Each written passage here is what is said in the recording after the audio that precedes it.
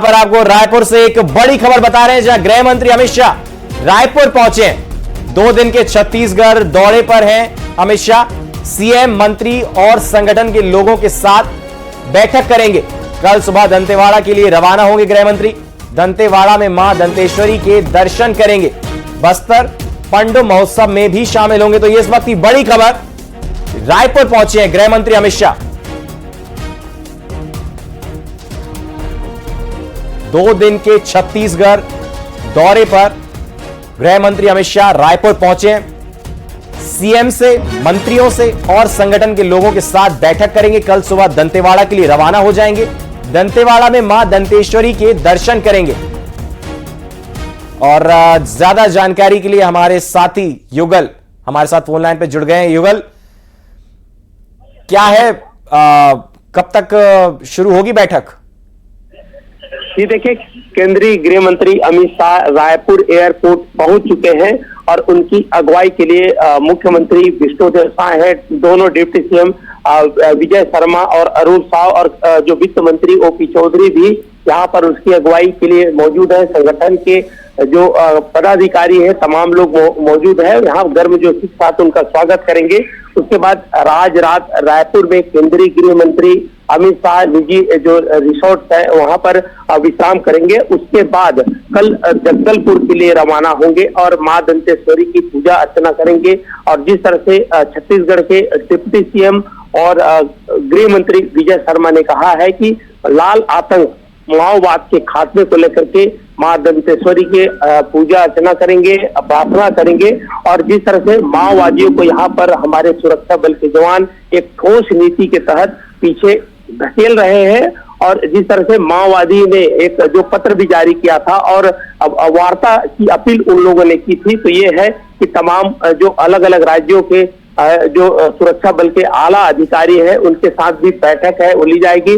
और चूंकि केंद्रीय गृह मंत्री चुनाव से पहले भी लगातार छत्तीसगढ़ के दौरे में आते रहे हैं, तो ऐसे में जो संगठन के जो शिल्पी है, तो संगठन के जो तमाम लोग हैं उनसे बैठक है, उससे जो बैठक है वो की जाएगी। साथ ही साथ अभी ये भी है कि छत्तीसगढ़ में मंत्रिमंडल के विस्तार की भी चर्चा सुगबुगाहट है वो हो रही है। तो हो सकता है कि उन के नामों पर भी सहमति है वो हो सके। और संभावना ये जताई जा रही है कि 7 अप्रैल के बाद कभी भी जो 2 मंत्रिमंडल है उनके जो नाम में नए सदस्यों के नाम का ऐलान हो सकता है। फिलहाल छत्तीसगढ़ में इसी तरह से जो विकास कार्यों को लेकर के जो चल रहा है, मोदी की गारंटी है, धरातल पर इसी तरह की उसकी स्थिति है, कहीं कोई अड़चने तो नहीं है। जैसा कि आपने बताया कि मंत्रिमंडल के नामों पर भी चर्चा हो सकती है, क्या कुछ नाम भी निकलकर सामने आ रहे हैं?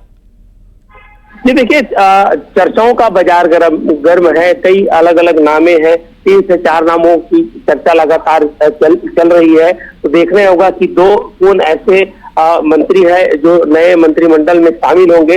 हालांकि बीजेपी का जिस तरह से कार्यक्रम रहता है बहुत ही गोपनीय तरीके से, चाहे वो टिकट वितरण की बात हो या फिर इस तरह के मंत्रिमंडल में शामिल होने की बात हो, बेहद ही गोपनीय तरीके से। और जो संगठनात्मक जो गतिविधियां होती है उनकी हालांकि ये आमतौर पर चर्चा होती है लेकिन जानकारियां नहीं हो पाती है। फिलहाल अब केंद्रीय गृह मंत्री अमित शाह यहाँ पर आए हैं तो राज्य के विकास, और चूंकि लगातार बीजेपी के आला नेता ये कहते रहे हैं कि डबल इंजन की सरकार है, तो जो विकास कार्य कैसा होगा, छत्तीसगढ़ को किस तरह से आगे ले जा सकता है, और अगर सरकार में कहीं कोई केंद्र से कोई अड़चन है तो नहीं है। क्योंकि गृह मंत्री अमित शाह पहुंचे हैं तो नक्सलवाद पर और मंत्रिमंडल के बारे में जैसा कि आपने बताया, इन चीजों पर तो चर्चा होगी ही, साथ में और किन किन मुद्दों पर चर्चा हो सकती है?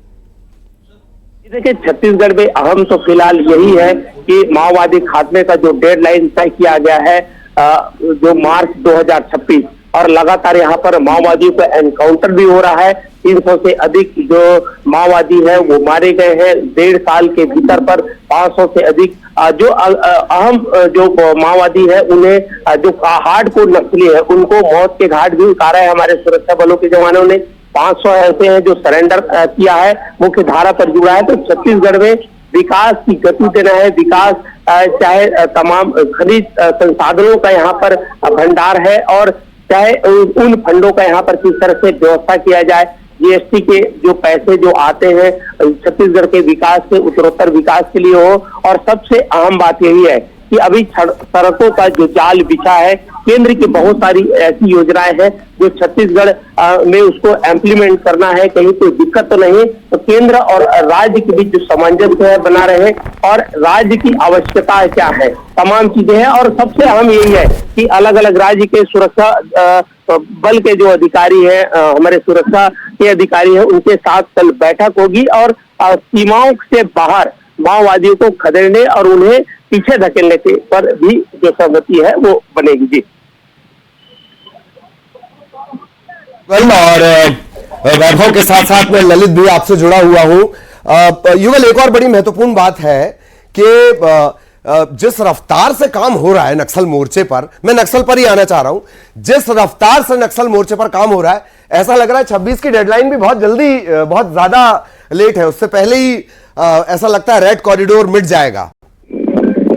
जी बिल्कुल ललित, आप सही कह रहे हैं। जिस तरह से केंद्र सरकार ने जो डेडलाइन तय किए हैं और उसके तहत हमारे सुरक्षा बल के जवान जो घोर माओवाद क्षेत्र है वहां पर घुस रहे हैं, माओवादियों से लोहा ले रहे हैं और माओवादियों को पीछे धकेलने का काम कर रहे हैं। आप सोचिए, 1.5 साल के भीतर अगर 300 माओवादियों का इनकाउंटर होता है। एक वक्त ऐसा था ललित कि आपको भी याद होगा, जब इस तरह के जब मुठभेड़ होती थी तो हमारे जो जवान है उनकी कैजुअलिटी है वो ज्यादा होती थी। 72 जवानों की हत्या माओवादियों ने की है। लेकिन अब ऐसी रणनीति बनी है कि माओवादियों के छक्के छूट गए हैं और वो पीछे जा रहे हैं।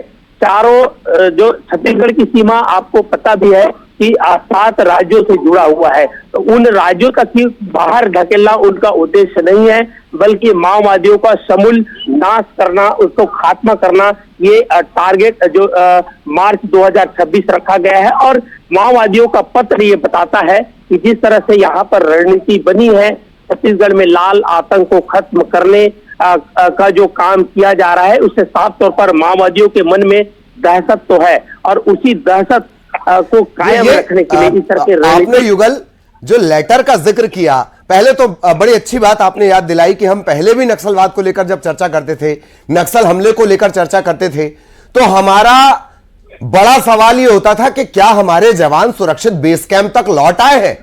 और अब हमारा सवाल होता है कि आखिर जब हमारे जवान बाहर आएंगे तो कितने नक्सलियों की डेड बॉडी उनके पास होगी। एक फर्क नंबर 1। दूसरा जिसका जिक्र आप कर रहे हैं, पहले इस बात को लेकर चर्चा और फिर मैं आपके दूसरे सवाल पे आऊंगा। जी बिल्कुल, देखिए कि जिस तरह से एक वक्त ऐसा था कि जो घोर माओवाद प्रभावित क्षेत्र है, रिमोट एरिया है, वहां पर